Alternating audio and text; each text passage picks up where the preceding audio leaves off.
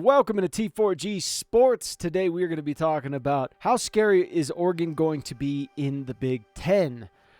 We are going to go over a lot of different information in this and give you guys jam-packed statistics and great opinions and, the whole shebang. Everything's going to be perfect. This video is going to be something that you've been dreaming of for a long time. So, with that being said, make sure to hit that like button, subscribe, click the notification bell. Now let's light it up. So as you guys can see on your screen, Oregon is getting a lot of hype. There's a lot of people out there who are saying Oregon should not only go into the Big Ten, but Oregon should dominate when they get into the Big Ten. Now, what we're going to be breaking down is this hype founded, or is Oregon going to struggle to dominate in the Big Ten? So we are going to talk about the information that we gathered, so that we can help all of us understand what Oregon's future could be like in the Big Ten when they do join this year. The Big Ten is, after all, a much tougher conference than what Oregon has ever seen. The amount of NFL talent they will face has now doubled. Almost actually has doubled based on statistics.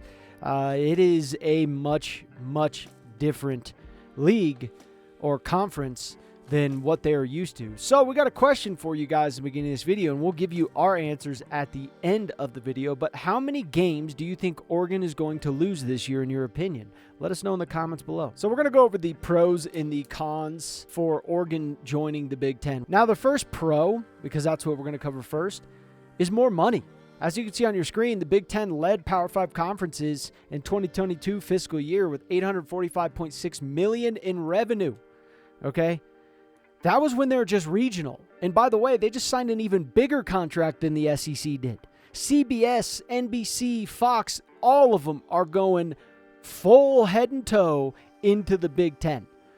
Okay, and I'm telling you, there is statistics showing that the SEC is not going to be the only front runner anymore. That's just not how it's going to be. The Big Ten is getting better in recruiting. They're getting better in NIL. They are going to catch up to the SEC. In fact, they're going to make more money than the SEC. And if the SEC is smart, which they are, Greg Sankey is going to strike a deal with Tony Petitti, and they're going to have their own conference. That's what I see in the future. So what does more money bring you? NIL. We believe you will see an increase to their NIL with them joining the Big Ten. If they were still in the Pac-12, their donors would have to donate more money just to match schools like Ohio State, Michigan, and Penn State. However, now that they are in the Big Ten, they will earn more money in TV revenue. That will ease the bleed from their donors' pockets. This money will also help play a part in covering the cost for upgrading program facilities. All in all, this new TV revenue that they will get is only a positive. So the second pro that we have for them is the national spotlight that they're going to be getting. This will put Oregon on the map more than they've ever been before. The Big Ten has a much bigger national spotlight than the Pac-12 ever had, which in fact help them make more money, like you saw on our previous screen, than the SEC when they were just regional. Okay, so the Big Ten has the two biggest programs in terms of viewership. And some people, we've noticed some people in our comments say that's not true. No, it is true. It's 100% true. Just because you say it's not true does not make it not true, right? It's that simple. Ohio State and Michigan have the two biggest views of any schools out there. They have the two biggest fan bases of any schools out there. Those two are the cream of the crop. They are it when it comes to viewership for TV contracts. Point blank and simple. Just to try and buy your way in for that game, you need a truckload of cash. Just to buy that spot for your TV network to run the game. And that's why they call it the game. Because everyone watches it. Everyone does. It breaks records and it destroys on how many people go and watch Ohio State, Michigan. And the beautiful part, the selfless part, Texas, Oklahoma, take notes. The selfless part about this is those two programs split all of the money equally with everyone. And this will include, eventually in time, Oregon. So this is going to help them in so many different ways. And the first biggest way that is going to help them is recruiting. Point blank and simple, This is going to help them recruiting. The Pac-12's viewership was peanuts compared to the Big Ten, and that did not do Oregon or any of the other teams in that conference any favors on the recruiting trail. They were struggling, okay? They were definitely struggling with keeping afloat compared to what the other schools were, the big boys were doing in the Big Ten. There's just no way around it because this also includes the transfer portal as well. Michigan may not look like they did as well on the recruiting trail, but they sure in the hell crushed it when it came to the transfer portal, particularly with the offensive line in general. It was absolutely massive for them. And so viewership is the new future of college football, just like it is today for the NFL. Arch Manning, Tug brought this up, and this was a great point that he made. Arch Manning, he's a great example of this. Do you really believe Arch Manning would have chosen Texas if Texas wasn't going into the SEC? I definitely do not believe so. I'm with Tug on this. I do not believe that he would have. And there are plenty of players that want to play in the national spotlight and only the national spotlight. So they will get more attention from companies that want to do endorsement deals with athletes, which in turn will make players more money just by being associated with said conference. They will also get more attention from scouts in the NFL when they do, if and when they do decide to head to the NFL. Before, Oregon was good at recruiting, but they didn't recruit as good as they did when it was confirmed that they were joining the Big Ten. For example, in 2020, they were ranked 13, right? As you can see on your screen, we'll go to 2021. They're ranked 6th. Not bad. Definitely not bad for Oregon. In 2022, they're ranked 13th. By the way, NIL definitely helped them, and Phil Knight made sure of that. In 2023, they're ranked 9th. Now, 2024 is the year that they officially got an invitation to the Big Ten. Let's see what happened to the recruiting. They jumped to 3rd. Interesting. Now, we agree with 24/7 Sports on this that for the most part, that these are true rankings for them. They had a fantastic recruiting class. This is what the Big Ten gets you, folks. You can say it's all Oregon. You can say it's Phil Knight. You can say it's the NIL. Yes, all of it has to do with this. But when you join the Big Ten, you are now in the big leagues. And recruits 100% recognize this. 100% recognize this. Now, in my opinion, I think this is a sign of good things to come. When you join the Big Ten or SEC, your recruiting should increase, and that is what we are seeing. Statistically, that is what we're seeing out of Oregon here. Now, number 3, we got tougher competition, and this is also not an opinion at all. With tougher competition on the horizon, Oregon and company will either eat or be eaten.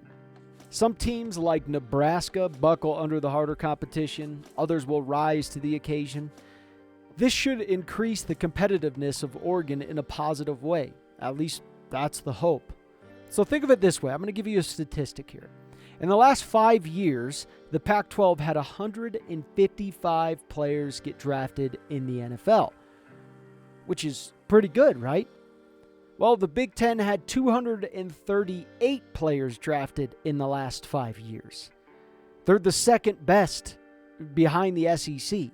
And they're gaining every single year. They are going to be gaining on the SEC. You wait and watch. Remember who told you. So that is an 83 more NFL player difference compared to the Big Ten and the Pac-12 in just 5 years' time. Think about how many NFL players that actually is. The Big Ten is also recruiting more top 50 players than they ever have before, and I could see the numbers increase every single year that I've been watching them. They're getting better.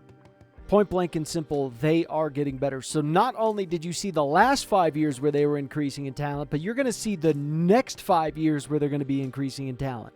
So it is only going to get tougher for everyone involved. The next pro that we have is access to better coaches. So with Oregon joining the Big Ten, they will have access to hiring better coaches or keeping their current coaches that are really good. And Dan Lanning is a perfect example of this. Dan Lanning would have perhaps took the Alabama job if Oregon had to stay in the Pac-12. I don't think that his goal would have been to stay at Oregon at all costs if Oregon was on the back burner in a conference that was dying off. I don't see that happening. I think he very well could have chosen the job at Alabama if the Big Ten didn't come in and swoop him and save Oregon. Because that's basically what the Big Ten did. They saved Oregon's ass. They really did, them in Washington, because unfortunately for Oregon and Washington, they don't bring in a lot of views. Their views are not bad, but they're not going to help the Big Ten just make a bunch more money. Now, I think there's a calculated risk to where the Big Ten is smart, because it will make them more money in the future paying it off, because people will like, even if they're not fans of Oregon, there's Big Ten fans that will like to see Oregon come play these other Big Ten teams. So I think it's just they're going to get more of the pie. And I think it's great for them. You know, the SEC and the Big Ten will be almost every top coach's goal destination. The money, the viewership, competition will see to it that becomes a reality. If you aren't in the Big Ten or SEC, are you really one of the best coaches? So there are other pros of them joining the Big Ten. However, those ones that we listed are the biggest ones in the land. Now, to recap them, just so we go over it, more money, which is going to add, better facilities. It's going to help with the NIL. They're going to get a national spotlight that they never had before, which is going to help them in recruiting on top of the NIL that they're also going to get. Tougher competition, which should make them tougher as a program as well. Access to better coaches. And they're going to do some good work in the Big Ten, or at least they should be doing some good work in the Big Ten. Okay, so let's get into the cons. The first one I'm going to talk about is the tradition. The tradition in the Big Ten is unlike anything you're going to see in the Pac-12. I know you got the Rose Bowl. I understand that. But the Rose Bowl, majority of the time, the Rose Bowl is significant because it's for the bowl game standard, right? That's where the Rose Bowl is like epic.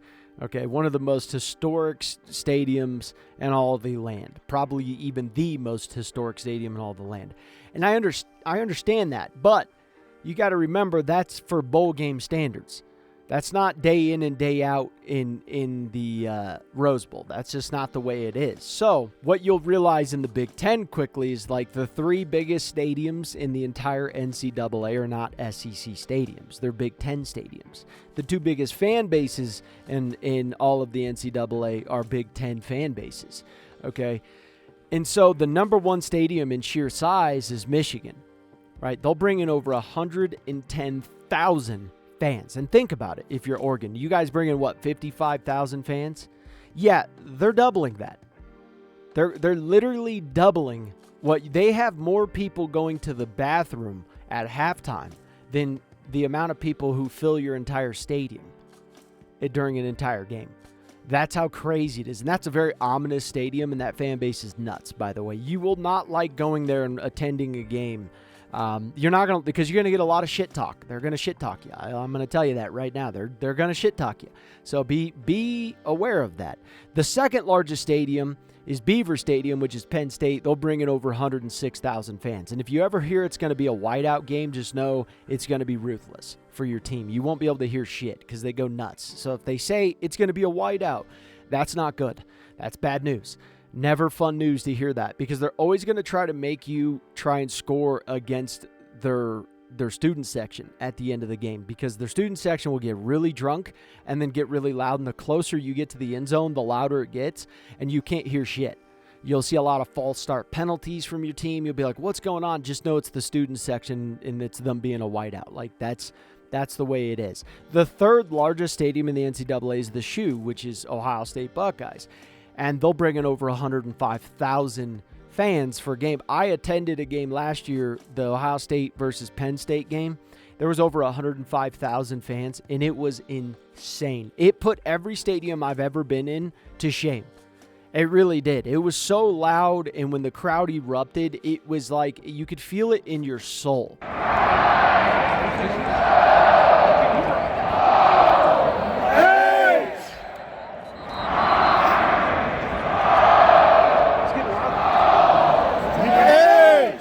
I mean, you could feel the vibrations of this. It was nuts. It was absolutely nuts. The only thing I'll say is this. If you got to go to the bathroom during halftime, run before halftime. Go quickly, because if you got to poo in an emergency, you're pooing your pants, because there's going to be 60,000 people that are just going to funnel into those hallways at halftime, and your dream of going to the bathroom is gone. I missed kickoff, and I still didn't even pee. It was ridiculous. I don't know where your bathrooms are from, the 1800s or something, but you got to up your game on that. You got to put a lot more bathrooms in there because that's a lot of ass people. Okay, so just understand that. Then you got like weird ones where it's like Wisconsin, right? You go play at Madison, Wisconsin. If it's a night game, their probability of winning it jumps up tremendously. Okay, because for whatever reason, when it's a night game, their fans erupt, and it's like really tough to play. So you're going to notice like weird things where you're like, well, this team's good to play during the daytime. This team's good to play when it's not a whiteout. Like, you're going to have all these weird things that you're like, this is just odd how the Big Ten is. Iowa, it may not be one of the biggest stadiums, but it's one of the most ferocious stadiums on the land and you'll hear a lot of Big Ten football players saying that this is the toughest place to play of all the places. So it's weird. It's just on its head. And then you have some funny traditions and rivalries too, like Michigan a long time ago, because the Big Ten's so old. They've been playing football since like Jesus was walking the earth. It's ridiculous. Michigan a long time ago thought Minnesota was going to poison their water, so they brought their own water jugs, right? And they ended up leaving one of the water jugs. Well, this custodian named Oscar found the water jug from Minnesota and brought it to the Minnesota staff, so they wrote on the jug, found by Oscar, and they put the date. Michigan called them and said, we want our water jug back, and Minnesota said, no, come beat us and we'll give it back, only if you beat us. And so that's how the jug started. There's a lot of cool tradition in the Big Ten, and it's really funny. It actually cracks me up quite a bit. So that's something you guys will start to realize over time, and you'll go, this is a little bit different than what we were used to before. So the next con that I have for them is the competition is tougher. And I'll just go over some numbers with you real quick. Oregon had 24 players drafted in the last 5 years. USC had 22. If you combine that, it still won't equal up to Michigan, who got 47 players drafted. Ohio State had 36 players drafted, but they had multiple returning seniors that came back that would have gone into the draft and put them over the 40 mark. Penn State also had 33. If you look at where Oregon and USC are in comparison to NFL talent in the Big Ten, they fit around Wisconsin and Iowa. Maybe a shocker to you, but Wisconsin had 17 players drafted in the last 5 years. Iowa had 19 players drafted. If you look at some of the smaller teams too, you may think like, well, Purdue's not that good. Well, Purdue had 14 players drafted in the last 5 years, and Illinois had 14, so they're sneaky good. So the competition's bigger, faster, stronger than anything you're used to in the Pac-12. It's just not, I don't care what anyone says out there. If they tell you that it's similar, they're lying to you. They're really lying to you. So let's look at Nebraska. No recent additions to the Big Ten have really done well. Nebraska was also put in the easier division, which is the Big Ten West. It's much easier than the Big Ten East because you don't always have to play Ohio State, Michigan, and Penn State every damn year because that would suck. But their last year in the Big 12 in 2010, they lost to Texas and they lost to Texas A&M. And these are normal numbers. Like, these are normal scores here. You know what I mean? Like, you're not getting in the 70s and crap like that. And then they play in the Big 12 championship game. They lost by 3 points, okay? So it's not bad. So when you think about them going in the Big 10, you're like, well, they're going to go dominate, right? Well, then they lost to Wisconsin. This is a pretty good season that they have. They took 3 L's, and it was, pretty impressive in my opinion. You lost to Wisconsin, you beat Ohio State, but the problem is you got to try to beat them every year. You don't get away from them. They're not going away. And then you lost to Northwestern. And this is what I was telling you guys about before, just how like some of these sneaky teams will come up and get you. And that's just the way it is. Then they lost to Michigan, right? 2012, I think it was a pretty dang good season. You lost to UCLA, which was not a Big Ten team, and then Ohio State. Remember when I said you got to worry about Ohio State multiple times? They beat them 63-38. And then they went to the Big Ten championship game only because they were in the because they were in the Big Ten West, and that's why they made it in. And they lost to Wisconsin 70-31. That's the Big Ten for you. Okay, and it didn't get better. It just kept getting worse every year. It was just getting worse and worse and worse and worse. And so Nebraska, they just had an issue staying afloat in the Big Ten. they just had a real big issue because the teams the competition that they're facing is just so big, so strong, so fast. The NFL talent is through the roof. There are several teams that do good when they do join a conference at first. Missouri, even Nebraska, I would say they did pretty good. They didn't really win much, but they still did good. And, unfortunately for them, I'm pretty sure they've never won a Big Ten championship. Nebraska. Never won a Big Ten championship. So that's why I tell people, like, hey, just be careful buying your Big Ten championship hats just yet, because it's one thing to even get to the Big Ten championship, and it's another thing to win it. And now the Big Ten's changing. There's no more divisions. So it's just open, free world now. So now whoever's the best, if Penn State had the record they had last year, they still have a pretty good shot to go in the Big Ten championship. Same with Michigan and Ohio State. You could see a Michigan and Ohio State rematch every year in the Big Ten championship game. They could be playing back-to-back weeks. That's nuts. So, yeah, the competition is huge. It is literally huge in the Big Ten. Very, very, very tough. And I think that's a con for Oregon, because I think Oregon, USC, UCLA, and Washington, they're going to realize just how big these dudes are, and they may get the grace period in the first few years, but after that, it's like, all right, keep going. I think Oregon's going to be able to do that, but I think it's going to be a lot easier said than done. Okay, to go over their schedule quickly, they don't play any Big Ten team until week 5. And that Michigan State's just been struggling, so I think you could beat them. The last few years, they've just had unfortunate series of events happening to them. Ohio State, this is going to be a real tough one, because last time you beat them was in 2021, but that was with an assistant DB coach as defensive coordinator, and he was never never a defensive coordinator before or after Ohio State. He's just not a defense coordinator. So now their defense is top 3, and they got Jim Knowles as a defense coordinator.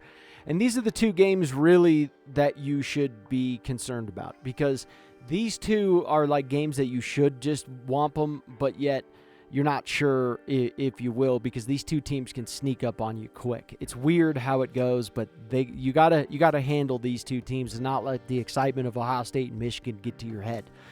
You really got to play clean football against these 2 teams. You should beat them. You really should. And then you got Michigan. You got to go play at Ann Arbor. That's tough. That is really tough. I think they could take anywhere from 2 to 3 losses in this 4-week span. I don't know. We'll see, but it's going to be very tough. Maryland's never fun to play. They're a little bit off compared to what they were last year, but they could pick it up quickly. Wisconsin, hopefully it's not a night game, but this is going to be an interesting season. At the end of it all, I think they could lose 2 to 4 games. I really do. Or they could do good for like 2 years like Nebraska did, and then they could fall off after that. I mean, Missouri also did good in the SEC when they first joined the SEC, and then they fell off after that. It kind of happens. So maybe you guys will have that same thing happen with you guys, and you'll do really good. I don't know. We'll see. But anyways, let us know what you guys think in the comments below.